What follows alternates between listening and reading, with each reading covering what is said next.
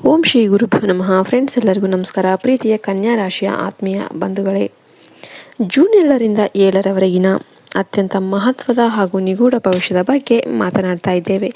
ಕನ್ಯಾ ರಾಶಿಯ ಅಧಿಪತಿ ಬುಧ ಗ್ರಹ ಅಂತ ನಿಮಗೆಲ್ಲರಿಗೂ ಕೂಡ ಈಗಾಗಲೇ ಗೊತ್ತು. ಬುಧ ಅಂದ್ರೇ ಅಪ್ರತಿಮ ಬುದ್ಧಿವಂತಿಕೆ, ವಿಶ್ಲೇಷಣಾತ್ಮಕ ಶಕ್ತಿ, ಪರಿಪೂರ್ಣತೆ, ಸೇವಾ ಮನೋಭಾವ ಮತ್ತು ಪ್ರತಿಯೊಂದು ವಿಷಯದಲ್ಲೂ ಕೂಡ ಸೂಕ್ಷ್ಮವಾಗಿ ಯೋಚನೆ ಮಾಡುವ ಅದ್ಭುತ ವ್ಯಕ್ತಿತ್ವದ ಪ್ರತೀಕ. ನಿಮ್ಮ ರಾಶಿಯಾಧಿಪತಿ ಬುಧ ಆಗಿರೋದ್ರಿಂದನೇ ನಿಮ್ಮಲ್ಲಿ ಒಂದು ತೀಕ್ಷ್ಣವಾದ ಅವಲೋಕನ ಶಕ್ತಿ ಇರುತ್ತೆ.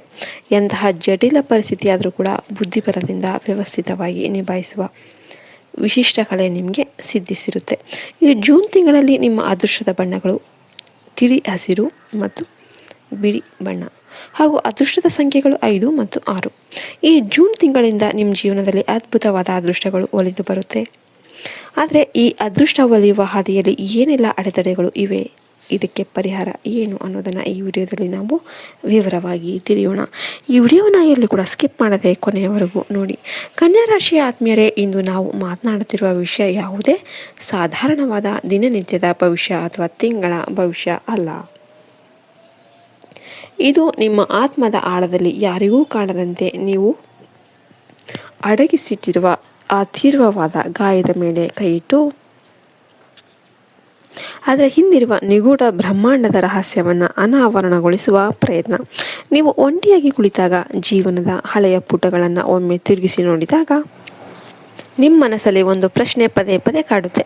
ನಾನು ಎಲ್ಲರಿಗೂ ಒಳ್ಳೆಯದನ್ನೇ ಬಯಸುವವನು, ಯಾರಿಗೆ ನನ್ನ ಇಡೀ ಜೀವನವನ್ನು ಪಣಕ್ಕಿಟ್ಟು ಸಹಾಯ ಮಾಡಿದೇನೋ ಅದೇ ವ್ಯಕ್ತಿ ಕೊನೆಗೆ ನನ್ನ ಬೆನ್ನಿಗೆ ಚೂರಿ ಹಾಕಿ ಅತ್ಯಂತ ದೊಡ್ಡ ಶತ್ರು ಆಗಿದ್ದು ಯಾಕೆ?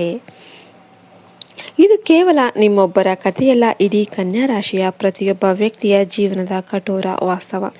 ನಿಮ್ಮ ಹೃದಯ ಇತರರ ಕಷ್ಟಕ್ಕೆ ಕರಗುವ, ಸದಾ ಎಲ್ಲವನ್ನ ಸರಿಪಡಿಸೋದಕ್ಕೆ ಹಂಬಲಿಸುವ ಕರುಣಾಮಯಿ ಮನಸ್ಸು ಇದ್ದಂತೆ. ಸದಾ ಇತರರ ಏಳಿಗೆಗಾಗಿ ಅವರ ಸಮಸ್ಯೆಗಳನ್ನು ಪರಿಹರಿಸೋದಕ್ಕೆ ಯೋಜಿಸುವ ನಿಮ್ಮ ಈ ಪ್ರಾಮಾಣಿಕ ಸ್ವಭಾವಕ್ಕೆ ಬದಲಾಗಿ ತನಗೆ ಸಿಕ್ಕೋದು ಕೇವಲ ಉಪ್ಪು ನೀರು ಹಾಗೂ ಶೂನ್ಯತೆ ಮಾತ್ರ. ನಿಮ್ಮ ರಕ್ತದ ಸಂಬಂಧಿಕರು, ನಿಮ್ಮ ಆಪ್ತ ಸ್ನೇಹಿತರು ಅಥವಾ ನೀವು ಪ್ರಾಣಕ್ಕಿಂತ ಹೆಚ್ಚಾಗಿ ಪ್ರೀತಿಸಿದ ವ್ಯಕ್ತಿಯೇ ನಿಮ್ಮ ವಿರುದ್ಧ ತಿರುಗಿ ಬೀಳೋದಕ್ಕೆ ಕಾರಣ ಏನು ಎಂಬುದರ ಜ್ಯೋತಿಷ್ಯ ಶಾಸ್ತ್ರದ ಆಳವಾದ ವಿಶ್ಲೇಷಣೆ ಇಲ್ಲಿದೆ, ಕೇಳಿ. ನಿಮ್ಮ ಆತ್ಮ ಒಂದು ನಿರಂತರವಾಗಿ ಜಗತ್ತಿನ ಗೊಂದಲಗಳನ್ನು ನಿವಾರಿಸಿ ಸುವ್ಯವಸ್ಥೆ ತರುವ ಜ್ಞಾನದ ಜಲಪಾತದಂತೆ ಹರಿಯುತ್ತೆ. ನಿಮ್ಮ ಬಳಿ ಯಾರಾದರೂ ಸಹಾಯಕ್ಕಾಗಿ ಅಥವಾ ಸಾಂತ್ವನಕ್ಕಾಗಿ ಬಂದಾಗ ಅವರ ಹಿನ್ನೆಲೆ ಏನು, ಅವರ ಅಸಲಿ ಉದ್ದೇಶ ಏನು ಅಥವಾ ಅವರ ಯೋಗ್ಯತೆ ಏನು ಅಂತ ನೀವು ಎಂದಿಗೂ ಯೋಚನೆ ಮಾಡೋದಿಲ್ಲ.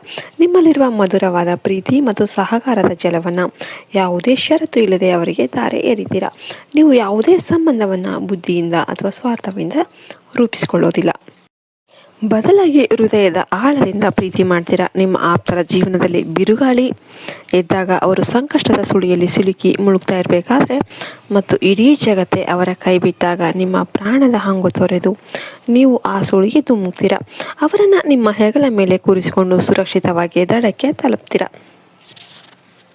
ಆದರೆ ಇಲ್ಲಿರುವ ಕಠೋರ ಸತ್ಯ ಏನಪ್ಪ ಅಂದರೆ, ಆ ವ್ಯಕ್ತಿ ದಡ ಮುಟ್ಟಿದ ತಕ್ಷಣ ತನ್ನ ಕಾಲುಗಳು ನೆಲದ ಮೇಲೆ ಗಟ್ಟಿಯಾಗಿ ನಿಲ್ತಿದ್ದಂತೆ ಕೃತಜ್ಞತೆಯಿಂದ ನಿಮ್ಮನ್ನು ತಿರುಗಿ ಕೂಡ ನೋಡೋದಿಲ್ಲ. ಅಷ್ಟೇ ಅಲ್ಲದೆ, ಯಾವ ದೊಡ್ಡ ದೋಣಿ ತನ್ನನ್ನು ಮುಳುಗುವಂತೆ ರಕ್ಷಣೆ ಮಾಡಿತ್ತೋ, ಮುಳುಗದಂತೆ ಯಾರಿಗೆ ರಕ್ಷಣೆ ಮಾಡಿತ್ತೋ ಅದೇ ಒಂದು ದೋಣಿಗೆ ಅವನು ರಂಧ್ರ ಕೊರೆಯೋದಕ್ಕೆ ಸಂಚನ್ನು ರೂಪಿಸ್ತಾ ಇರ್ತಾನೆ. ನೀವು ಮಾತ್ರ ಅದೇ ಕತ್ತಲೆಯ ಆಳದಲ್ಲಿ, ಆಳವಾದ ನೀರಲ್ಲಿ ಒಂಟಿಯಾಗಿ ನಿಂತ್ಕೊಂಡ್ಬಿಟ್ಟು ನನ್ನಿಂದ ತಪ್ಪಾದರೂ ಏನು ನಡೀತು ಅಂತ ಯೋಚನೆ ಮಾಡ್ತಾನೆ ಇರ್ತೀರಾ, ಕಣ್ಣೀರು ಹಾಕ್ತಾನೆ ಇರ್ತೀರಾ. ನಿಮ್ಮ ಅತಿಯಾದ ಒಳ್ಳೆಯತನನೇ ನಿಮಗೆ ಶಾಪವಾಗೋದು ಹೇಗೆ ಗೊತ್ತಾ?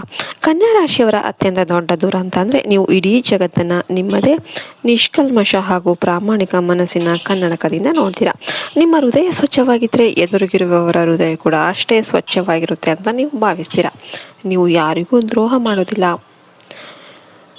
ಯಾರಿಗೂ ನೀವು ಮೋಸ ಮಾಡೋದಿಲ್ಲ. ನಿಮ್ಮ ಅಚಲ ನಂಬಿಕೆ ನಂತರನೇ ಬೇರೆಯವರು ಇರ್ತಾರೆ ಅಂತ. ಆದರೆ ಇದೇ ನಿಮ್ಮ ಜೀವನದ ಅತಿ ದೊಡ್ಡ ಭ್ರಮೆ. ಯಾವಾಗ ನೀವು ಒಬ್ಬ ವ್ಯಕ್ತಿಗೆ ಮಿತಿ ಇಲ್ಲದ ಪ್ರೀತಿ, ಕೇರ್ ಮತ್ತು ಗೌರವವನ್ನು ನೀಡ್ತಿರೋ, ಅವನು ನಿಮ್ಮನ್ನು ಅಷ್ಟೇ ಅವಾಯ್ಡ್ ಮಾಡೋದಕ್ಕೆ ಟ್ರೈ ಮಾಡ್ತಾನೆ.